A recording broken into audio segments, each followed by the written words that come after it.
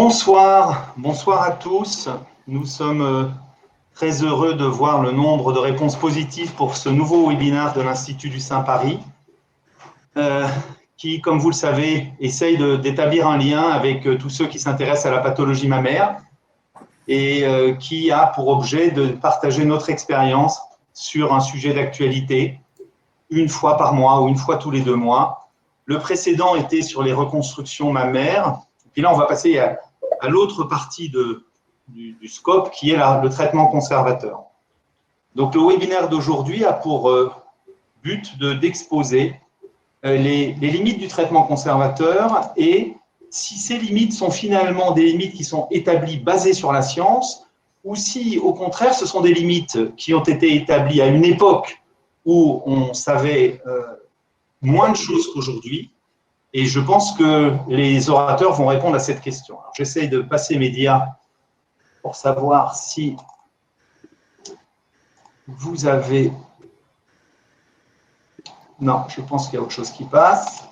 Alors, on va recommencer. C'est pour le bonheur de cette appli.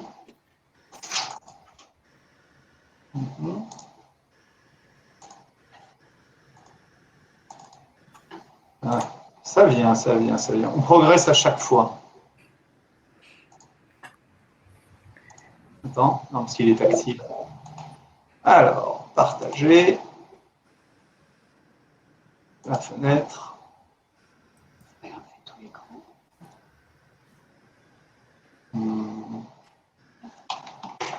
C'est psychédélique. Non, c'est le premier.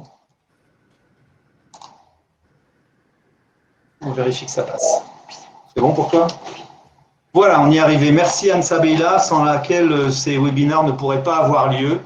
Donc le sujet d'aujourd'hui, c'est comment repousser les limites du traitement conservateur.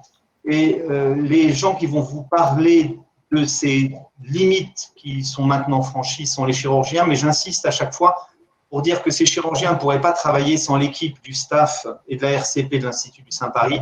Et que si ce sont les chirurgiens qui présentent le plus souvent lors de ces webinaires, c'est vraiment cette équipe qu'on représente. C'est une espèce de centre anticancéreux regroupant 25 médecins spécialistes. Et vous voyez ici les oncologues médicaux, les radiothérapeutes, les pathologistes.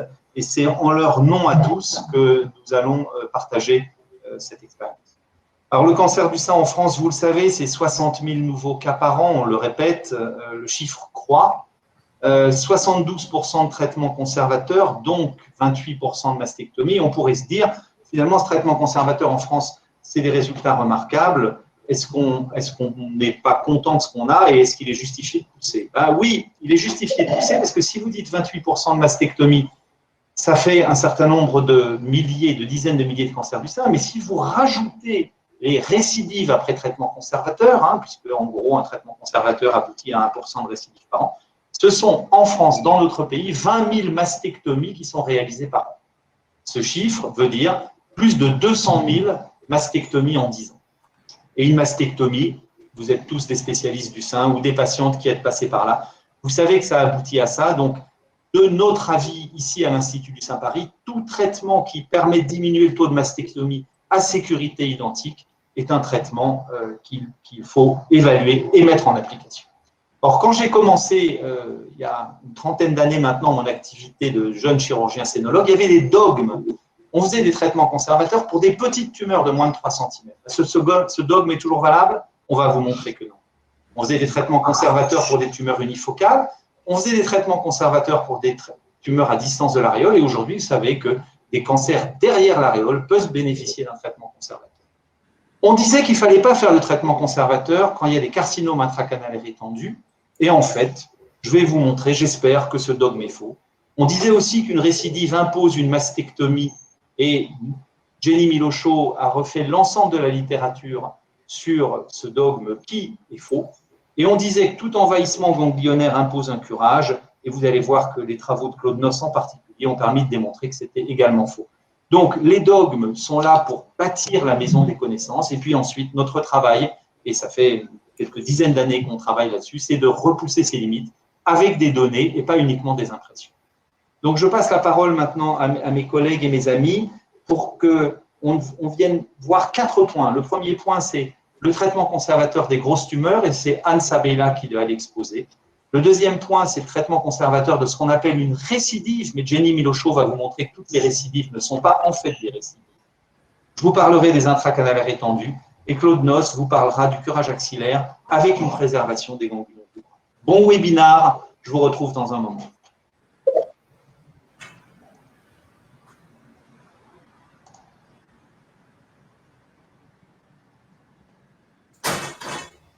Bonjour à tous. Alors moi, je vais vous parler des traitements conservateurs des tumeurs infiltrantes de grande taille.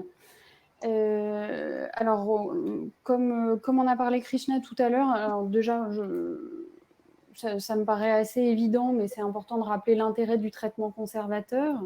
Avoir un traitement conservateur, ça va permettre une meilleure qualité de vie pour les patientes que d'enlever le sein, même en cas de reconstruction mammaire immédiate, tout en sachant qu'on n'a pas d'impact au niveau des chances de guérison, ni au niveau de la survie sans récidive, ni de la survie globale. Alors, un point qui est important, c'est au-delà de la sécurité oncologique que tout le monde connaît, c'est le résultat esthétique. Pourquoi est-ce qu'on cherche à avoir un beau résultat esthétique? Est-ce que c'est uniquement pour la satisfaction de la patiente et du chirurgien? Pas vraiment. On sait qu'il y a une corrélation déjà entre le volume excisé et le résultat cosmétique. En faisant une chirurgie du sein simple, quand on enlève moins de 10% du volume mammaire, la très grande majorité des patientes sont très satisfaites. Pour moins de 10% d'ablation, il y a 83% des patientes qui sont très satisfaites, alors que dès qu'on fait une chirurgie, une résection plus importante, on passe à un taux de satisfaction de 37%, donc une chute très importante. Ce résultat esthétique, il est corrélé au bien-être psychique, au taux d'anxiété, au taux de dépression, au bien-être physique et également au bien-être sexuel. Donc c'est important de penser aux résultats esthétiques qu'on obtient chez nos patientes. Alors, maintenant, les traitements conservateurs ne sont plus limités par la taille tumorale. Ah, ça serait embêtant.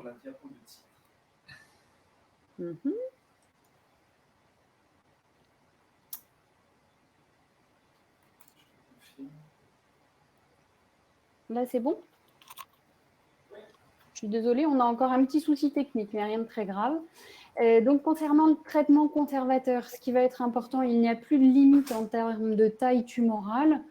Ce qui va être important, ça va être le volume de la tumeur par rapport au volume du sein.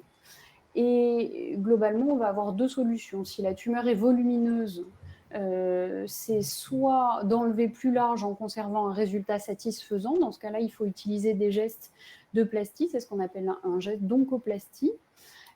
Ou la deuxième solution, c'est d'essayer de réduire la taille de la lésion par un traitement médical. Et ça, je vous en reparlerai plus en détail juste après.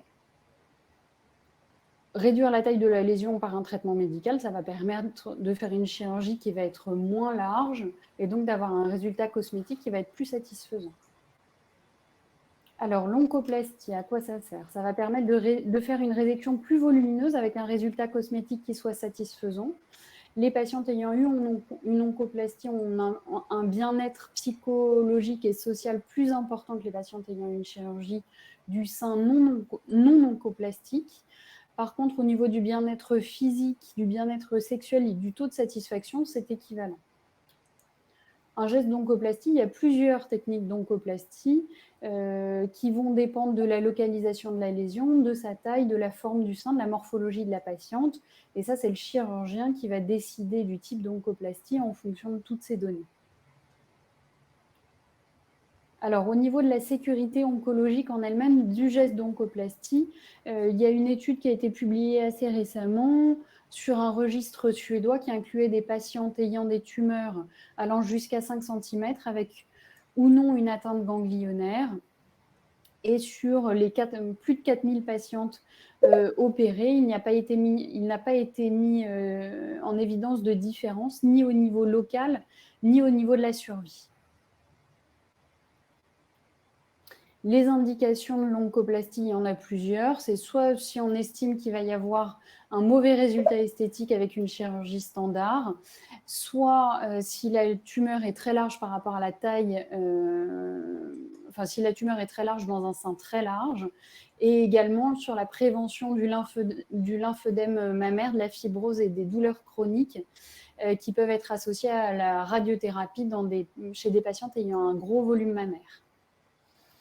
Donc ça, c'était pour l'oncoplastie à proprement parler. Maintenant, au niveau des traitements néoadjuvants en général, je vous disais donc une des solutions, c'est soit d'enlever plus large, soit de réduire la taille tumorale pour pouvoir enlever, pour pouvoir faire une résection moins importante. Au niveau des traitements néoadjuvants, alors les traitements néoadjuvants, enfin la chimiothérapie néoadjuvante et l'hormonothérapie néoadjuvante ont montré une sécurité oncologique équivalente à celle d'une chimiothérapie adjuvante. Ça permet une diminution de la taille tumorale qui va permettre de faciliter la conservation mammaire. Et ça a, depuis quelques années, un autre avantage qui est très important, c'est le test in vivo de la sensibilité au traitement. Ce qui va permettre à nos collègues oncologues de faire un traitement sur mesure, c'est-à-dire de pouvoir augmenter les traitements chez les patientes qui n'ont pas bien répondu au premier traitement et éventuellement de diminuer les traitements chez les patientes qui ont très très bien répondu au traitement. Donc, au niveau des traitements néoadjuvants, donc je vous disais, la sécurité oncologique est équivalente par rapport aux traitements adjuvants, que ce soit au niveau de la récidive locale ou au niveau de la mortalité. Par contre, la chimiothérapie néoadjuvante permet de diminuer la taille tumorale en augmentant le taux de conservation mammaire sur une étude un peu plus ancienne publiée en 2009 chez des patientes ayant une tumeur de plus de 2 cm. Une partie des patientes avaient une chirurgie première. Dans ce cas-là, il y a uniquement 34% des cas où on gardait le sein, alors que dans l'autre groupe où on faisait d'abord la chimiothérapie puis la chirurgie, ça a permis d'augmenter ce taux de conservation à 63%. Alors, il y a plusieurs types de cancers du sein. Il y a globalement 3 catégories. Les cancers luminaux qui sont très sensibles aux hormones, qui représentent 70% des cas de cancer. Il y a les triples négatifs qui n'expriment ni des récepteurs hormonaux ni HER2 qui, eux, sont plus limités, correspondent à 15% des cancers. Et le troisième type, c'est les cancers HER2 amplifiés qui représentent environ 15% des cancers du sein. Il faut savoir que chacune de ces catégories de cancers du sein ne répond pas du tout pareil à la chimiothérapie néoadjuvante. Les luminaux, donc ceux qui sont très sensibles aux hormones, que vous voyez juste là, ont un taux de réponse complète à la chimiothérapie de 5%, ce qui est très faible. Et si on considère que les réponses soit complètes, soit très bonnes, on obtient un taux autour de 10-15%. Alors que dans les deux autres populations, que ce soit les cancers triple négatifs ou les cancers HER2, le taux de réponse, de très bonne réponse à la chimiothérapie est beaucoup plus élevé, on est autour de 40%. Sur les HER2, c'est là qu'on a le meilleur type de résultat, avec autour de 55-60% de réponses histologiques très satisfaisantes ou complètes. Alors, ce dont je vous parlais tout à l'heure de l'adaptation du traitement en fonction de la réponse à la chimiothérapie, dans les cancers triple négatifs, il y a une différence très importante entre les patients qui vont avoir une très bonne réponse à la chimiothérapie et ceux qui répondent très mal à la chimiothérapie, avec un taux de récidive et de décès liés au cancer qui va être beaucoup plus important chez les patients ayant mal répondu à la chimiothérapie. Et donc, ça va avoir un intérêt de savoir ça, parce que dans ce cas-là, on peut adapter le traitement en mettant en place ce qu'on appelle un traitement de rattrapage. Dans les cancers triple négatifs, c'est la capecitabine, qui est une chimiothérapie qu'on prend par voie orale. Donc, l'essai le plus important qu'il a mis en évidence, c'est CREATE-X, qui prenait en compte des patients ayant des cancers localement, des cancers de stade 1 à 3B, avec un résidu tumoral et à qui... Ah bah. Excusez-moi, vous avez perdu ma vidéo. J'en suis navrée. Donc, chez ces patients qui avaient une réponse histologique non complète à la chimiothérapie, dans ce cas-là, on rajoutait de la capécitabine, qui est un traitement à prendre par voie orale. Et la prise de cette capécitabine a permis d'augmenter de façon très importante le taux, d'augmenter en tout cas la survie globale et la survie sans récidive. Donc, les patients ont un taux de guérison plus important avec la capécitabine.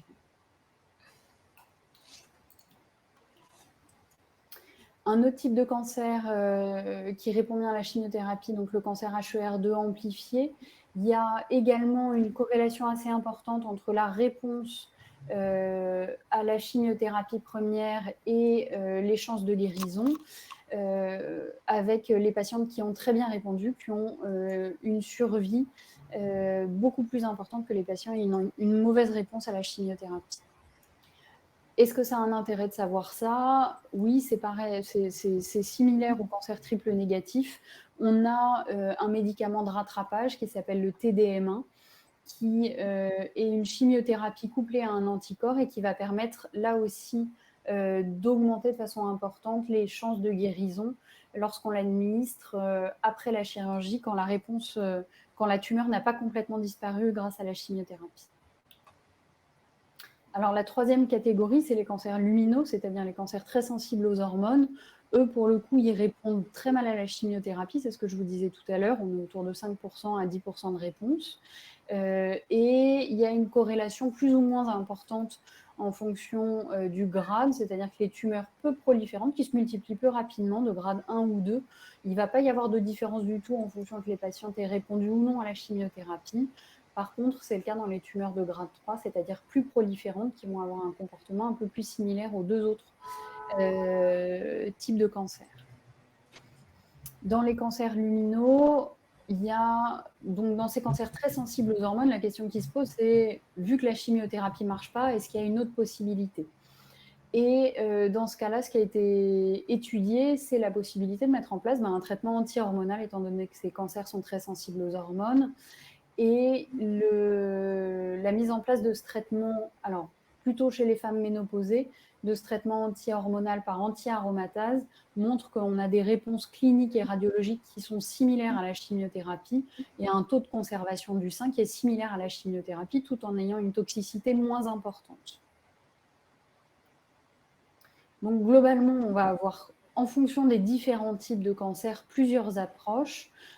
Soit on a un cancer triple négatif ou un cancer HER2 amplifié de plus de 2 cm, ce qui était l'objet de cette présentation. Dans ce cas-là, on a tout intérêt à faire une chimiothérapie néoadjuvante, à la fois pour nous permettre d'avoir une conservation mammaire plus satisfaisante et une chirurgie qui est plus simple par la suite, mais également au niveau oncologique pour amener cette réponse au traitement.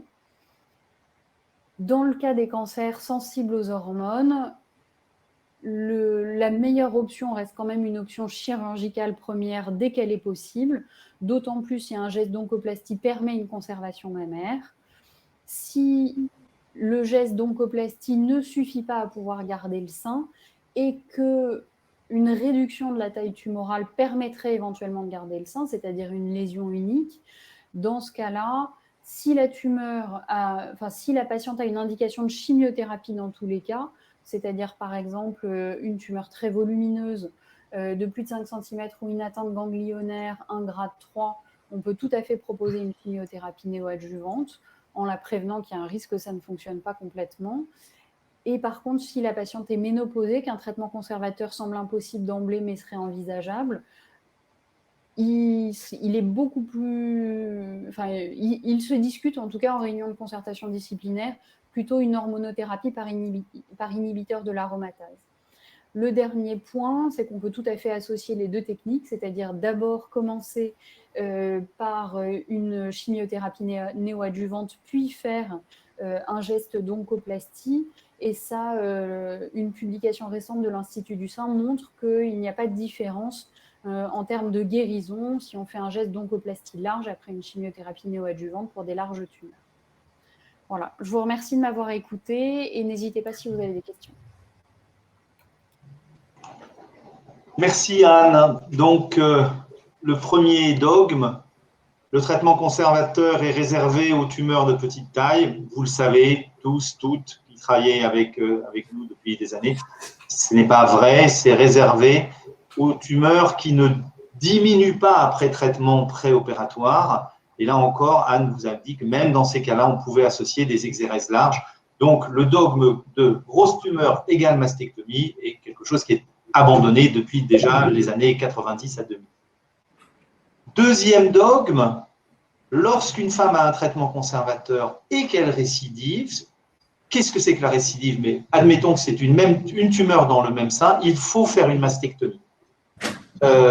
Ça, c'est quelque chose qui est très largement pratiqué encore.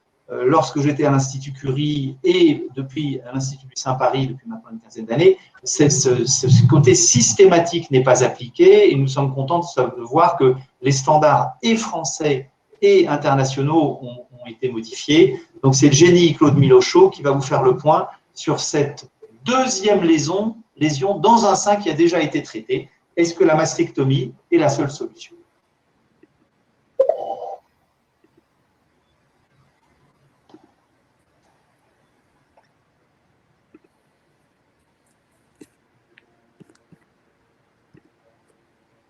Alors, je vois une question qui dit, est-ce que la présentation sera accessible sur le site internet? On pourra les mettre sur le site, mais le site va être très, très chargé. Je pense qu'elles sont plutôt accessibles sur la plateforme Livestorm. Anne, tu me confirmes que les présentations restent accessibles? Vous avez accès à la vidéo et à la vidéo du webinar en replay à volonté. Alors, la vidéo avec tous les bugs? Exactement. Avec tous les bugs. Jenny, on t'écoute. Merci d'être avec nous. Donc, bonsoir à tous. Donc, on va évoquer ensemble le traitement conservateur des récidives homolatérales. Donc, en cas de premier cancer, environ 70% des patientes vont bénéficier d'un traitement conservateur associé à de la radiothérapie. Et pour un certain nombre de patientes, elles vont présenter une récidive. Et comme le disait Krishna, le dogme est, en cas de récidive, la mastectomie. Et les arguments pour ce dogme étaient que l'échec d'un premier traitement conservateur, on devait revenir au traitement standard qui était la mastectomie. On avait un manque de données sur les possibilités de deuxième traitement conservateur. Il était estimé qu'on ne pouvait pas avoir un résultat cosmétique acceptable lors d'une deuxième tumorectomie sur un sein irradié. Et on ne pouvait pas faire de radiothérapie, ou en tout cas pas la même radiothérapie, alors que la sécurité oncologique du traitement conservateur était associée à une radiothérapie. Nous allons donc voir si ce consensus de mastectomie pour toutes en cas de récidive est bien fondé. Donc, en cas de premier traitement conservateur, la sécurité oncologique de ce traitement est bien démontrée en association avec la radiothérapie dans plusieurs études randomisées avec un long recul d'une vingtaine d'années. Les résultats oncologiques sont comparables entre traitement conservateur associé à de la radiothérapie et mastectomie, et la radiothérapie a montré un bénéfice en diminution du risque de récidive locale et de mortalité. Alors, quelle est la fréquence des récidives après traitement conservateur? Classiquement, on retrouve un risque de 5 à 10% à 10 ans, et dans les cohortes les plus récentes, on semble observer un recul de cette incidence, et donc le risque de récidive après traitement conservateur serait plutôt de 2 à 7%. Qu'est-ce qui va majorer ce risque de récidive après traitement conservateur? C'est l'absence de radiothérapie, le grade tumoral élevé, les marges positives, les patients jeunes et la présence de CLIS ou de carcinome canalaire in situ associés. Le pronostic des récidives peut être péjoratif, notamment si c'est des récidives précoces. Alors, comme l'évoquait Krishna, il y a les vrais récidives et en fait les deuxièmes nouveaux cancers. Car quand on parle de récidive, en fait, on parle d'une entité très hétérogène qui comprend ces deux lésions, la vraie récidive et le deuxième nouveau cancer. La vraie récidive va être définie par sa topographie. Elle va avoir lieu proche du lit tumoral, classiquement à moins de 3 cm, c'est-à-dire dans la même zone du sein que le premier cancer initial. Alors que le deuxième nouveau cancer va survenir dans une autre zone.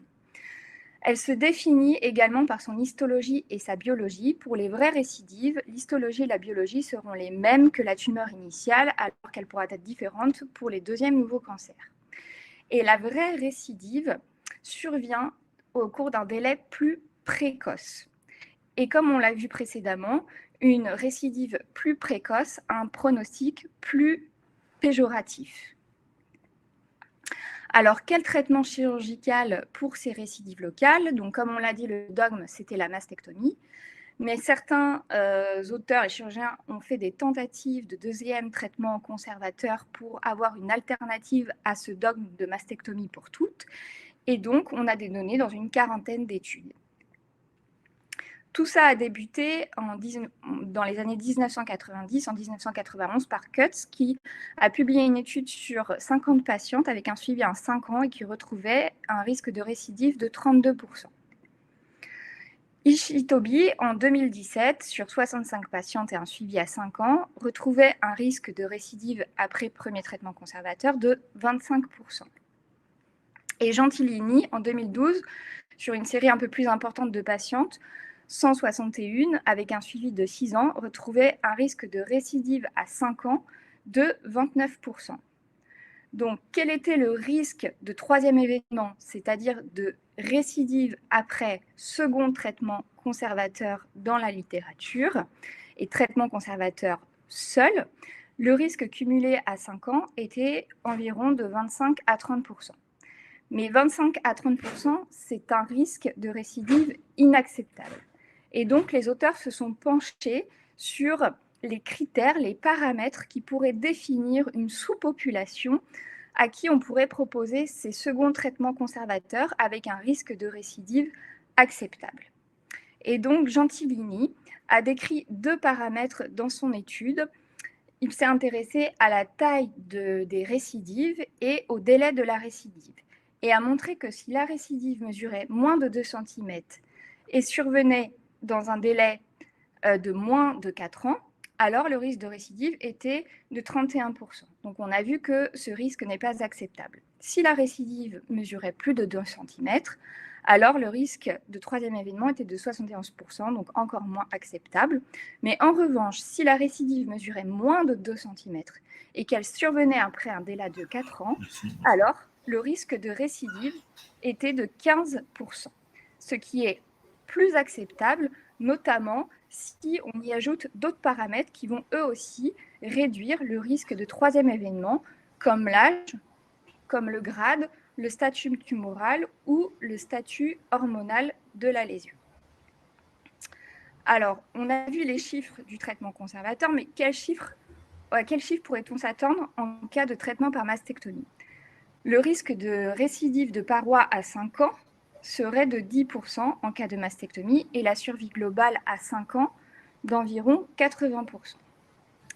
Si on regarde la survie globale à 5 ans après traitement conservateur seul, dans plusieurs études, on retrouve dans l'étude de Salvadori une survie globale à 5 ans de 85%, Komoïka en 2003 une survie à 5 ans de 90% et Hoefnagel en 2017 une survie à 5 ans de 72%. Et Walstra a regroupé donc ces études et a estimé que la survie globale à 5 ans était d'environ 77%, c'est-à-dire très proche de celui qu'on vient de voir du traitement par mastectomie. Et ceci a été confirmé dans des études plus récentes, et notamment l'étude de Monica Moreau en 2021, qui n'a pas montré de différence concernant la survie globale si on traitait la récidive par mastectomie ou par traitement conservateur. Donc on a vu que l'un des premiers arguments de la mastectomie pour tous était le manque de données et le manque a priori de sécurité oncologique. On a vu les données, on a vu qu'en sélectionnant la population, on pouvait diminuer ce risque à 15%, voire on peut espérer en sélectionnant encore plus, en ajoutant des critères comme l'âge, le diminuer autour de 90%. Et maintenant, l'un des autres arguments qui justifiait la mastectomie, c'était a priori l'impossibilité d'obtenir un résultat cosmétique acceptable. Et donc, quand une patiente va présenter une récidive, on va se poser la question si elle est accessible à une seconde chirurgie avec un résultat cosmétique acceptable. Si ce n'est pas possible, alors bien sûr, on va réaliser une mastectomie, mais elle pourrait être réalisée soit sans reconstruction, soit avec reconstruction mammaire immédiate ou différée. Cette reconstruction pourra faire appel à des prothèses, mais plus souvent on utilisera des lambeaux. Juste un petit mot sur le geste axillaire qu'on va associer. En cas de récidive locale invasive et que le cancer initial était invasif, alors on ne va pas faire d'exploration axillaire. En cas de récidive invasive et que initialement le premier cancer était in situ et qu'on n'avait pas réalisé d'exploration ganglionnaire, alors on va évaluer le risque d'atteinte ganglionnaire.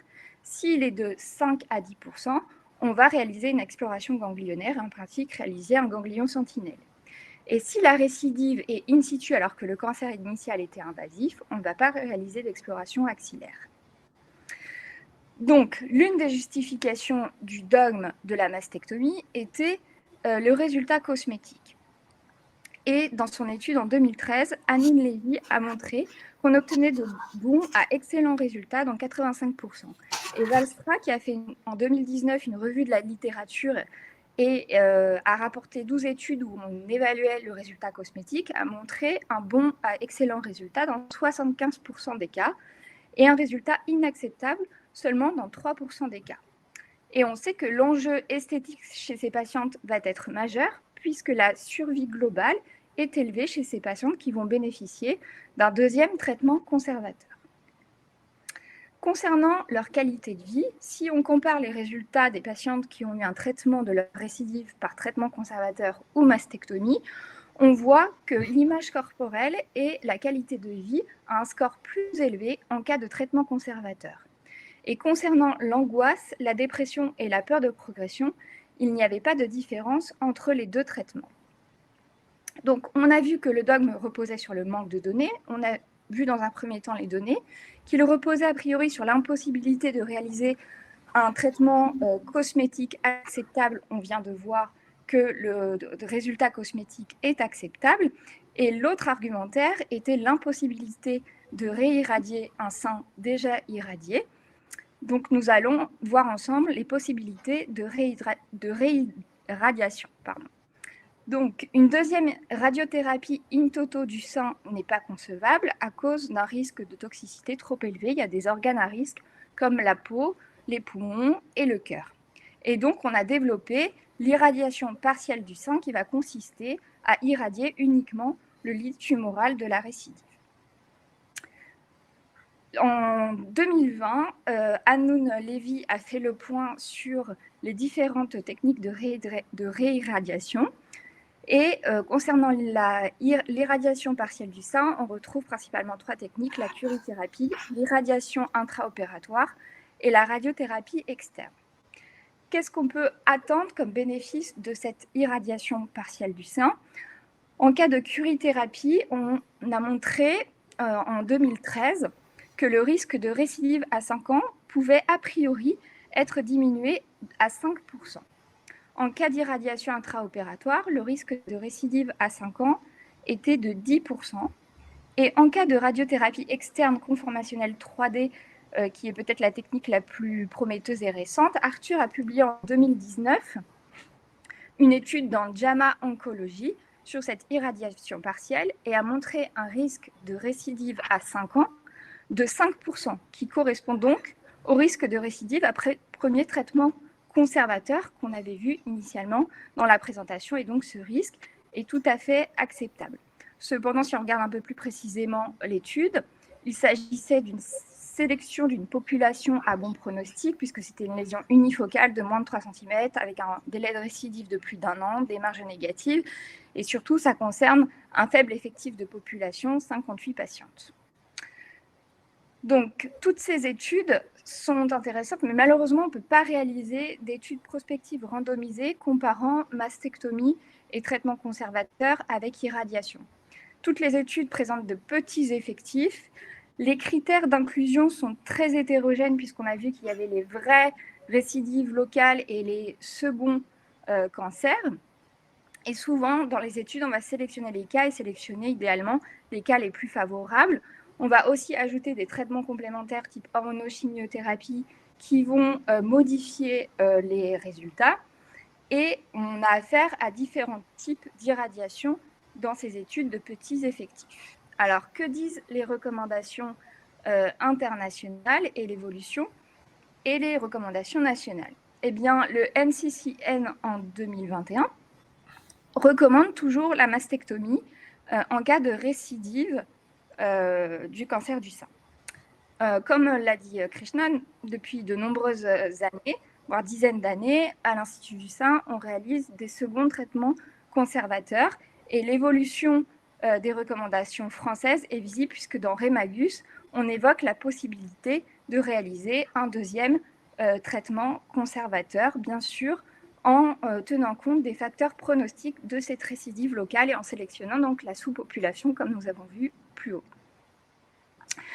Nous retrouvons, actuellement, on voit qu'il y a de plus en plus de traitements conservateurs réalisés. Moreau, dans son étude en 2021, décrivait entre les années 2000 et 2004 seulement 27% de deuxième traitement conservateur et 60% en 2015-2019. On voit donc que cette pratique tend à s'étendre. En conclusion, la mastectomie était un dogme, mais maintenant, si on reprend tous les arguments qui étaient pour maintenir ce dogme, c'était le manque de données. Mais on a des données sur le deuxième traitement conservateur. On a vu qu'il n'y avait pas de différence sur la survie globale entre mastectomie et traitement conservateur à 5 ans. Et que si on sélectionnait la population des bons cas, patientes plutôt âgées, patientes avec des petites tumeurs, des bons facteurs histologiques, eh bien, on pouvait diminuer ce risque de récidive de 10 à 15%. Bien sûr, ces traitements ne seront destinés qu'à des patientes informées et désireuses d'un second traitement conservateur. L'argument qu'il n'était pas possible de réaliser un second traitement cosmétique est également tombé puisqu'on voit que dans la majorité des cas, le traitement par deuxième traitement conservateur procure un bon résultat esthétique. Et la question de l'irradiation, qui n'était pas possible, on voit qu'il y a peut-être des possibilités de réirradiation à condition qu'elle soit localisée dans le lit tumoral et reste à définir si ces irradiations pourront améliorer le contrôle local de plus d'études avec de plus grands effectifs. Merci. Merci Jenny, merci Anne. Je dois dire que je suis impressionné de la quantité de travail que vous abattez dans la journée et de la qualité des présentations que vous faites la nuit et les week-ends. On est vraiment très, très heureux de vous avoir dans l'équipe à l'Institut du Saint-Paris. Bravo à toutes les deux. Alors, puisqu'on parlait des dogmes, un autre dogme, c'était de dire que lorsqu'il y avait un cancer intracanalaire étendu, on était dans la quasi-obligation de faire une mastectomie. Alors, c'est là-dessus. Toujours, j'ai Anne à côté de moi qui est là en backup, qui me confirme que ça passe. Alors, le problème de ces intracanalaires étendus, c'est qu'essentiellement, on ne sait pas où ils démarrent, on ne sait pas où ils finissent, et c'est pour ça qu'il y avait cette idée que lorsqu'il y avait un cancer intracanalaire étendu, la mastectomie était la seule solution. Il se trouve qu'on a beaucoup travaillé sur ces lésions intracanalaires étendues, d'abord pour les mastectomies et reconstruction immédiate, et puis de plus en plus pour les traitements conservateurs dans un certain nombre de cas, dans des patientes hyper sélectionnées. Et juste pour vous rappeler ce que c'est qu'un intracanalaire, ce sont des tumeurs d'excellent pronostic puisque la tumeur reste enclose dans le canal sans franchissement de la basale. Souvent, sont détectées par des microcalcifications. Ça représente 15% des cancers du sein. Et donc, classiquement, c'est des cancers pour lesquels on dit aux patientes « Madame, vous serez guérie », parce que le taux de guérison définitive des cancers intracanalaires, c'est aux alentours de 97% dans les 10 années. Mais, néanmoins, 70% de ces femmes bénéficient d'un traitement conservateur et 30% doivent bénéficier d'une mastectomie, subir une mastectomie, suivant le terme que vous préférez. Et la question, c'est est-ce qu'on ne peut pas diminuer ce taux de mastectomie pour les intracanalaires étendus? Question numéro 1. Question numéro 2. Il est très frappant de regarder, quand on opère des intracanalaires, le taux de réopération pour verge envahie, qui est de l'ordre de 30%, alors que pour des infiltrants canalaires, il est de l'ordre de 5 à 8%. Donc, ces lésions qui sont mal définies exposent à un taux de mastectomie élevé. Et s'il est vrai, et ça c'est c'est un moule galactophorique d'un sein qui m'a été fourni par Brigitte Sigal-Zafrani et qui montre que l'intracanalaire qui va aller de canal en canal, lorsqu'il est localisé dans cette partie du sein, c'est très facile de faire un traitement conservateur. On va enlever la tumeur au large, on va fermer la cavité et ça ne pose pas de problème, on fera des rayons. Mais quand on passe à des tumeurs comme ça qui sont beaucoup plus volumineuses, évidemment, et surtout si elles sont mal définies, le risque de berge envahie est très élevé. Et s'il est vrai qu'on disait que ces tumeurs étendues devaient bénéficier d'une mastectomie, c'est encore une fois, comme pour les tumeurs, deuxième tumeur dans un sein déjà irradié du fait du manque de données. Il y avait une légende qui disait que ces intracanalaires étendus, traitement conservateur, avaient un taux de récidive élevé. Je vais vous démontrer que c'est totalement faux.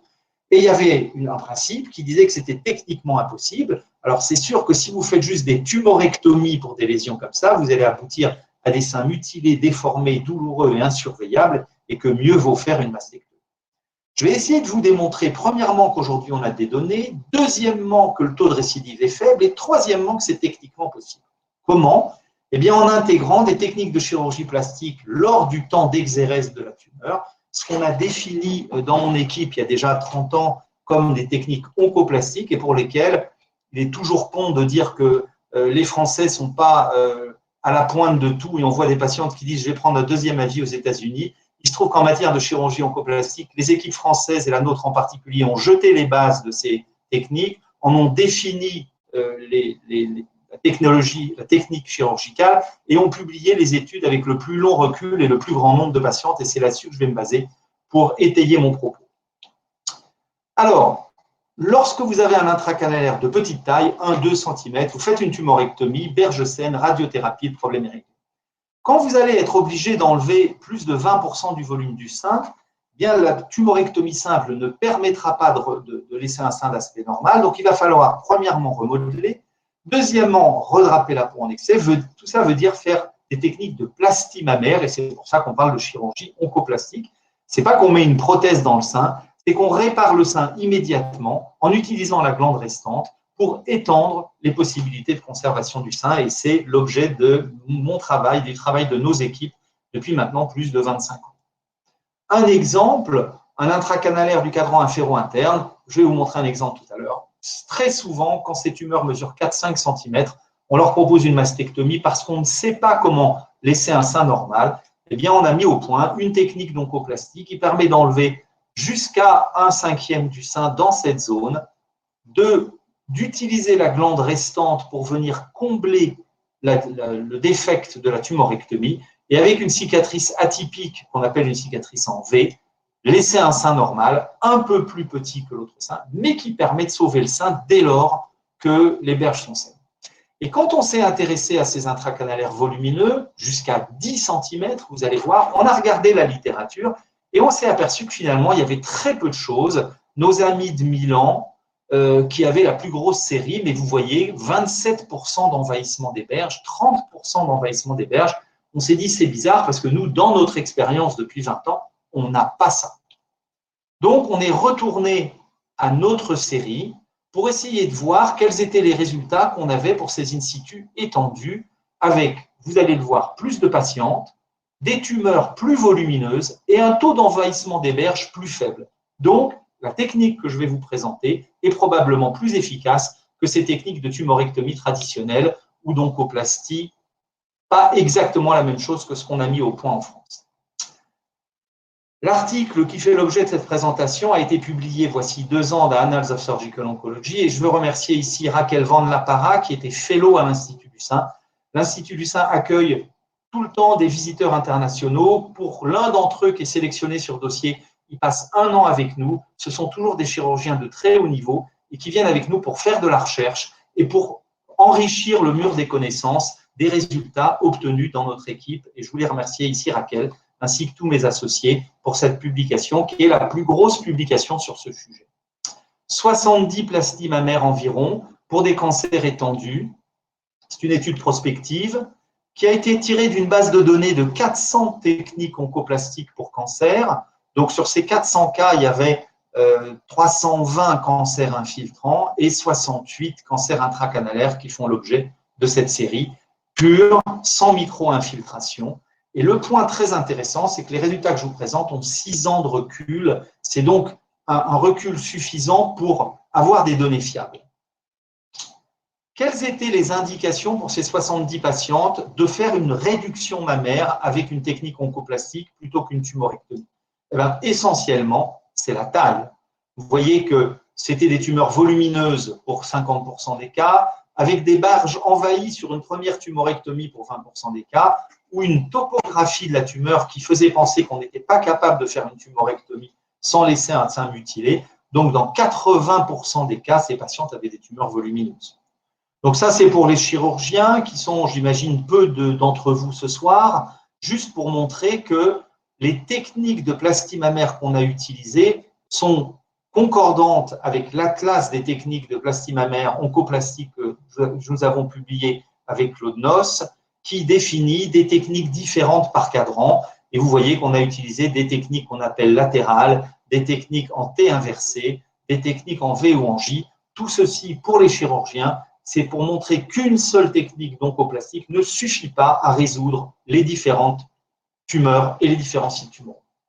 Première diapositive majeure, regardez ce grade des intracanalaires. Regardez ce grade. Quand vous regardez la population des intracanalaires, la majorité sont des grades 2. En fait, ici, on s'intéresse à des intracanalaires étendus. 60% sont des grades 3. 2 intracanalaires sur 3 dans cette série sont des grades 3. Pourquoi? Est-ce que le fait de sélectionner des patientes à volume étendu veut dire que c'est plus souvent des hauts grades? Je ne sais pas. Mais vous allez voir que malgré ce haut grade, les résultats en termes de contrôle local sont excellents.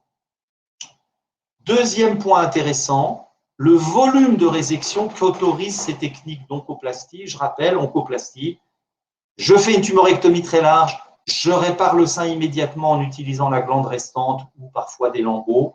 Eh bien, vous voyez que leur résection moyenne est de 200 grammes. Donc, on va vraiment faire des tumorectomies très extensives, 6 à 10 fois le volume d'une tumorectomie standard. Une tumorectomie standard pèse 20 à 40 grammes. Les tumorectomies qu'on obtient par ces techniques, évidemment pour des patientes à volume tumoral étendu, sont de 200 grammes à 300 grammes. Deuxième chiffre important, la taille de ces lésions. Alors, on ne fait pas de plastie mammaire pour des intracanalaires qui font 10 mm.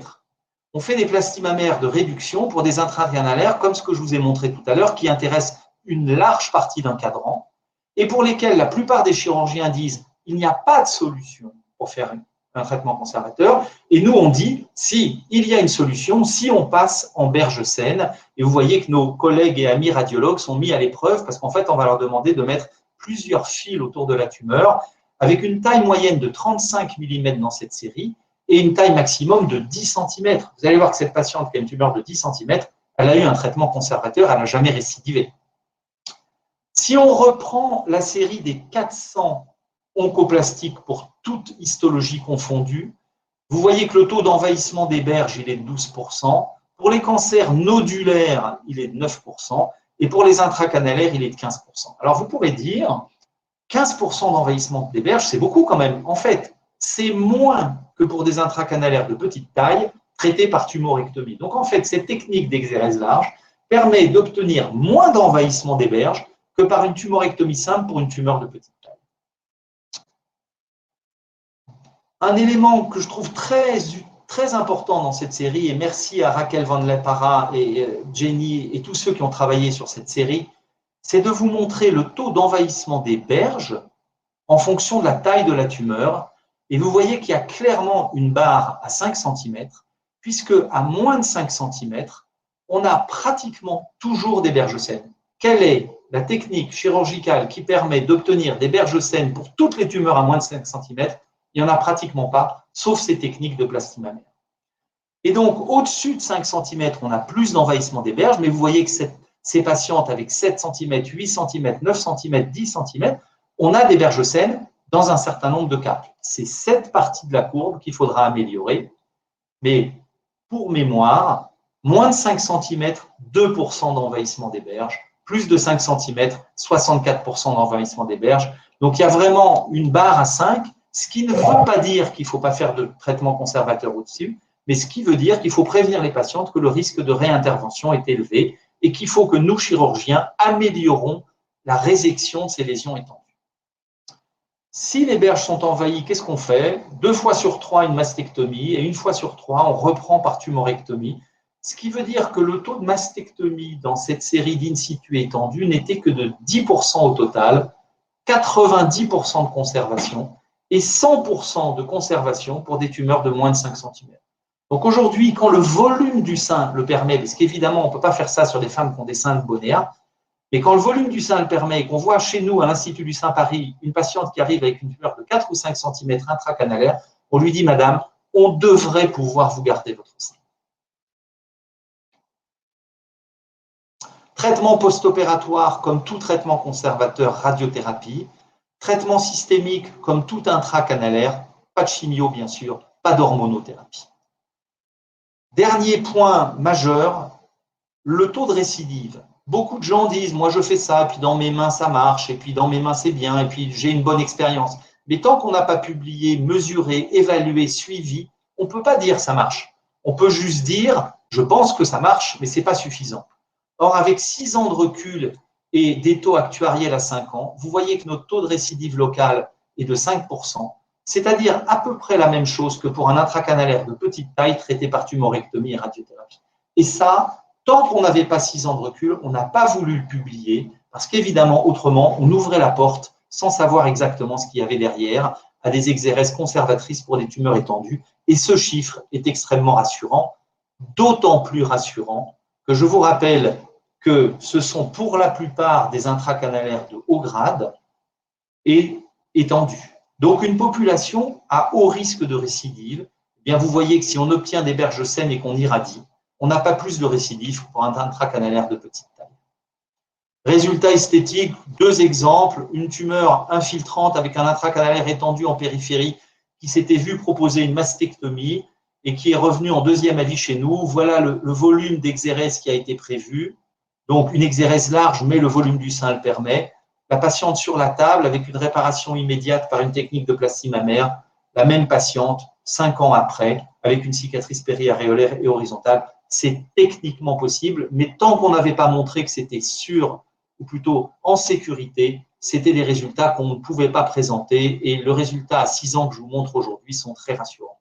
Un autre exemple pour un cadran inféro-interne, avec un intracanalaire très étendu de topographie très difficile. Là encore, classiquement, cette femme se serait vue proposer une mastectomie, mais elle a un volume de sein qui permet de faire une exérèse très large et une réparation sans prothèse, sans lambeau, simplement avec sa propre glande par la technique en V que je vous ai montré tout à l'heure. Berge envahie, reprise par tumorectomie, berge saine en 2 temps, donc insano, radiothérapie, même patiente, quelques années plus tard. Une asymétrie mammaire, elle n'a pas souhaité de réduction du sein. Et le plus souvent, quand on fait des exérèses à 150 ou 200 grammes, on n'a pas besoin de réduire. Et des exérèses à 200, 300, 400, 500, on réduit l'autre sein en même temps. Pour conclure, 70 intracanalaires purs, 6 ans de suivi, c'est la plus longue série publiée avec le plus long recul, une taille moyenne de 35 mm, mais jusqu'à 10 cm, un taux d'envahissement des berges de 15%, mais de moins de 2% pour les tumeurs de 5 cm, et surtout un taux de conservation très élevé à 90%, sans impacter les résultats cancérologiques, puisque notre taux de récidive local à 5 ans est de 1% par an, c'est-à-dire 5% à 5 ans.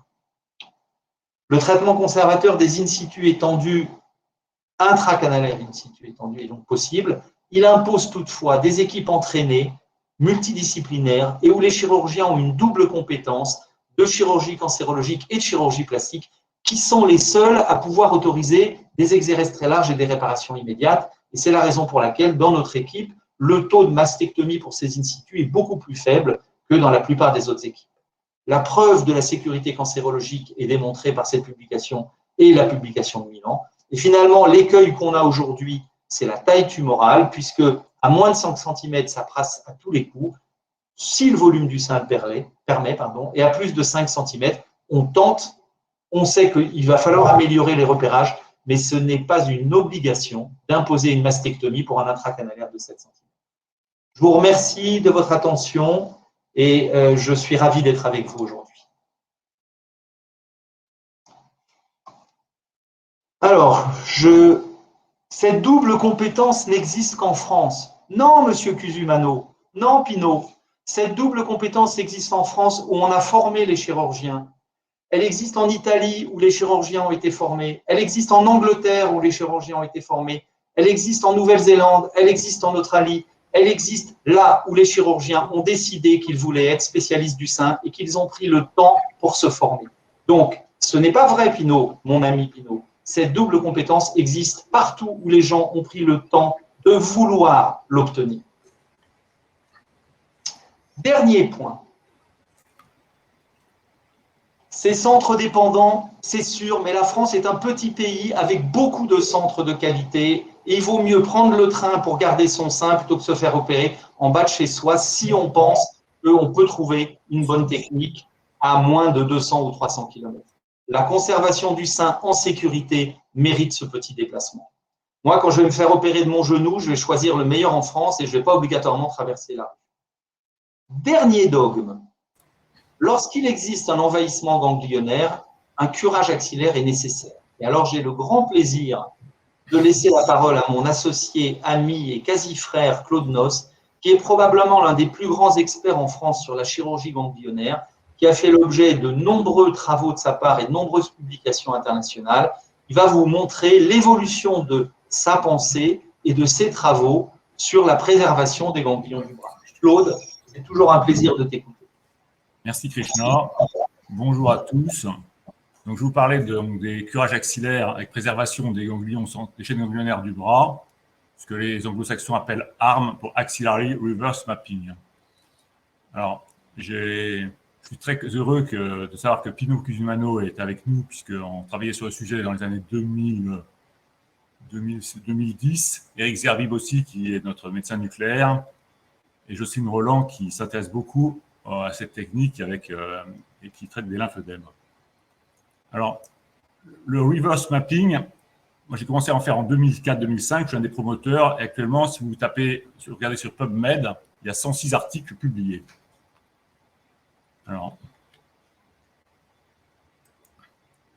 là, je vous ai listé toutes les techniques chirurgicales possibles au niveau de la chirurgie axillaire. Ça va donc de pas de chirurgie à ganglion sentinelle à un ganglion, à 2 ganglions. On parle aussi de ganglion sentinelle élargi, on va voir ce que c'est. Le fort node sampling, cher aux Anglais. Le mini curage orienté, cher à notre ami Rémi Salmon. Les curages à 6 ganglions, les curages classiques à 10 ganglions et les curages complets, 3 niveaux de Berg, tel que le faisait le grand chirurgien Alstedt.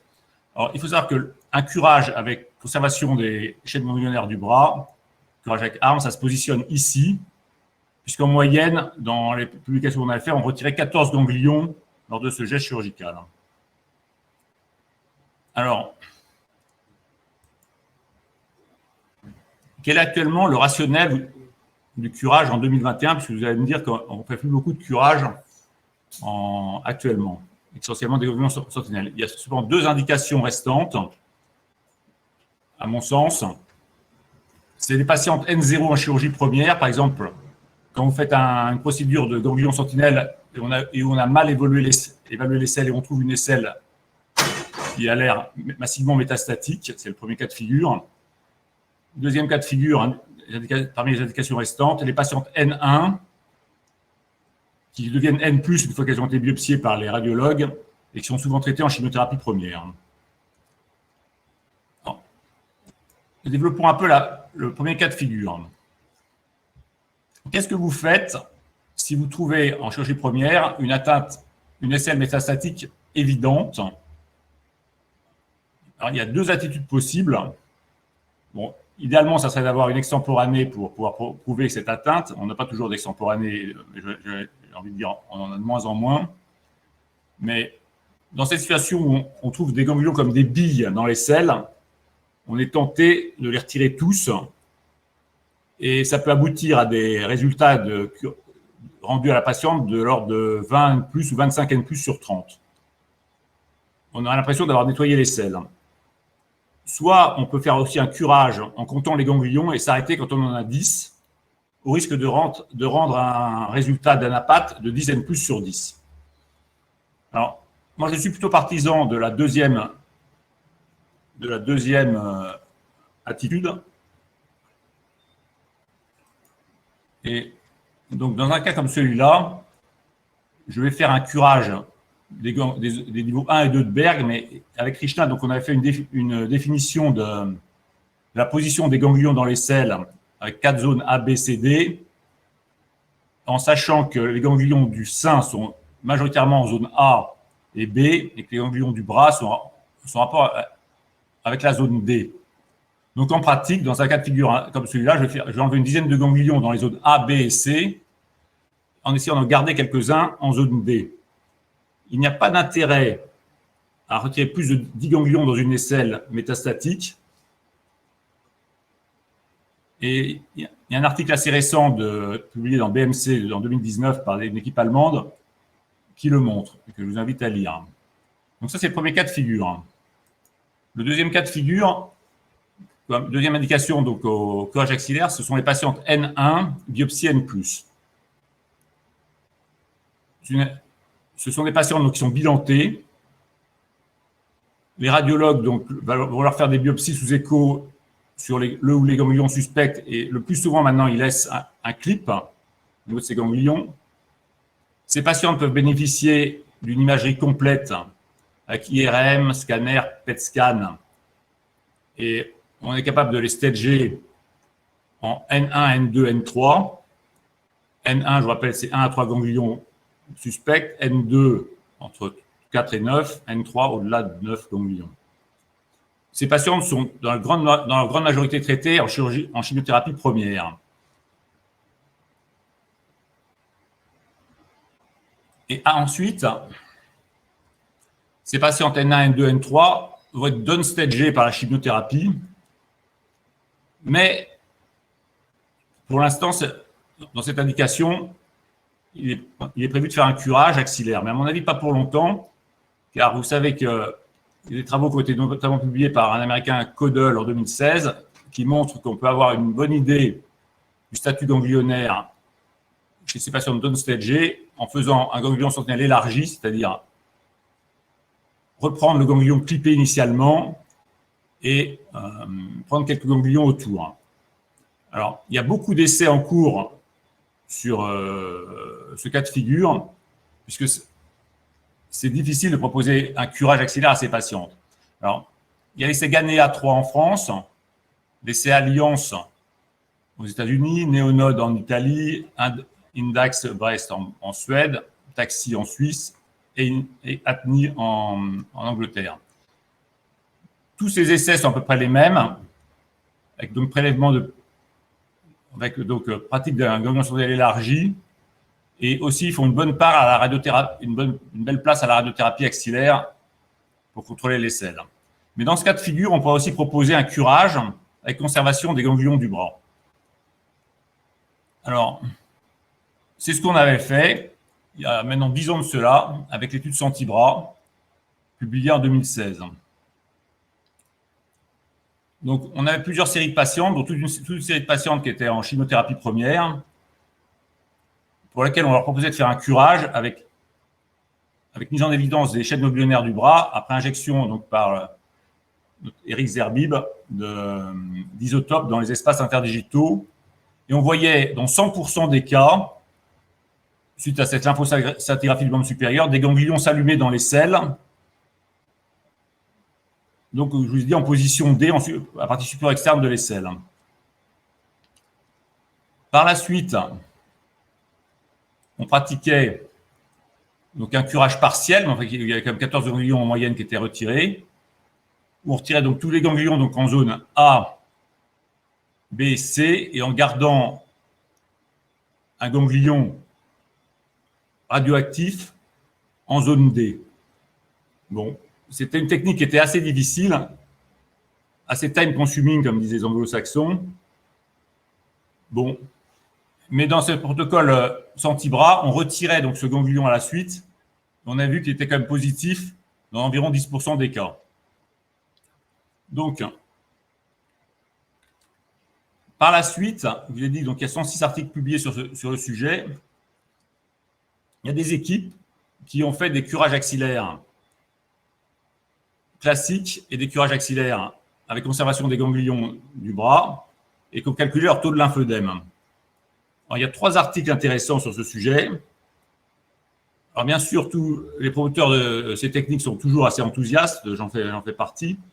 Mais dans l'article de Yu, il voyait qu'il n'y avait que 6% de lymphœdème dans le groupe curage avec préservation échec ganglionnaire du bras versus 33% de curage classique. Ce qu'on a observé aussi également, nous, dans nos séries. Pasco et Al, en 2015, ont publié une série où ça va du simple au double en termes de lymphœdème du membre supérieur. 27% et 50% selon qu'on conserve ou pas les échecs ganglionnaires du bras. Mais l'étude la plus sérieuse, c'est une étude hollandaise publiée par Bix en 2019 qui montre une tendance, mais pas de différence significative en termes de taux de lymphœdème. Cette étude est la plus sérieuse puisque les lymphœdèmes ont été mesurés par des déplacements d'eau à des dates tout à fait prévues à 6, 12 et 24 mois après l'intervention chirurgicale. Donc, en conclusion, on peut dire que les curages avec préservation des ganglions des échecs ganglionnaires du bras sont des curages tout d'abord, mais qui relèvent d'une technique assez complexe, qui diminue très probablement le risque de lymphœdème, du moins c'est ma conviction, mais ce n'est pas prouvé scientifiquement pour l'instant. C'est une technique qui est très bien acceptée par les patientes, puisque quand on leur dit qu'on va essayer de conserver les ganglions du bras pour éviter un lymphœdème, elles adhèrent tout de suite. Quelles sont les indications? À mon avis, des patientes N+, bien sûr, bien bilantées, N1 ou N2, certainement pas N3, en cours de chimiothérapie première avec une réponse partielle, bien informée, une technique à réserver à des patientes à risque de lymphœdème, notamment toutes les patientes qui ont un métier manuel. Voilà, je vous remercie. Merci Claude Noss, merci Jenny Milochaud, merci Anne Sabeila. 1 heure, bravo, on a foiré quelques démarrages. Mais Isabelle Sarfati qui est là aussi. Mais finalement, on est dans les temps. Merci à ceux qui étaient avec nous pendant cette heure. Je vois qu'il y a encore 90 personnes online. Donc, merci de votre fidélité. J'espère que ce webinaire vous a été utile.